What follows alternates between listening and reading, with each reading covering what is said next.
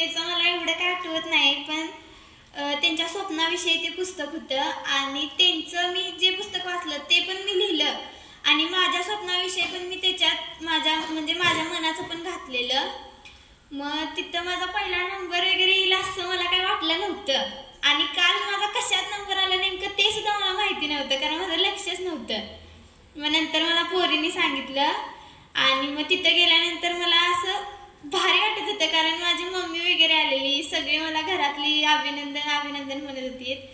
परत तिथं गेलो आणि मग माझं नाव घेतलं कदम सरांनी. मग मी तिथे गेल्यानंतर मला सर म्हणले, काय ग तू कसलाच नंबर सोडत नाहीस, असली कसली पोरगी आहेस असं म्हणले मला. पहिल्यांदा म्हणले डान्स करतेस, गाणं तर म्हणतेस, आम्ही गाणं तुझं ऐकलंय, आता इथं पण असं म्हणलं.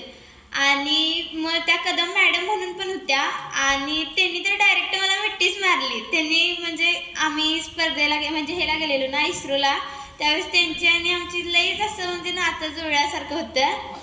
मग तिथं बक्षीस घेताना माझी मम्मी पण होती समोर आणि देशमुख सर पण होते आणि मला सांगताच येणं नाही एवढा आनंद माझा होता तिथं, भारी वाटलं मला. आणि मग बक्षीस ते घेऊन आल्यानंतर मला सरांचा फोन आलेला आणि माझी मम्मी कशी म्हणत होती की ते माझ्या मम्मीला पण पुस्तकं वाचायची होती, मग ती मम्मी घरी घेऊन जातो म्हणत होती, पण सरांचा फोन आला की शाळेत घेऊन या.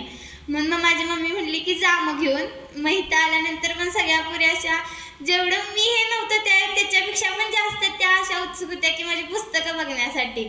मग मी उघडली ती पुस्तकं आणि ज्या पण बघायला आल्या त्यांनी सगळ्यांनी बघितली आणि आत्तापासूनच नंबर लावून ठेवले त्यांनी की मी हे पुस्तक वाचणार, पहिला वाचणार, दुसरा वाचणार असं नाही, कारण मी आधीपासून पुस्तकं वाचत होतो.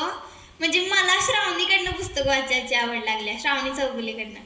ती वाचत होती आणि मग तिने एकदा मला पुस्तक दिलं वाचायला, अवकाळी पावसाच्या दरम्यानची गोष्ट हे पुस्तक होतं ते.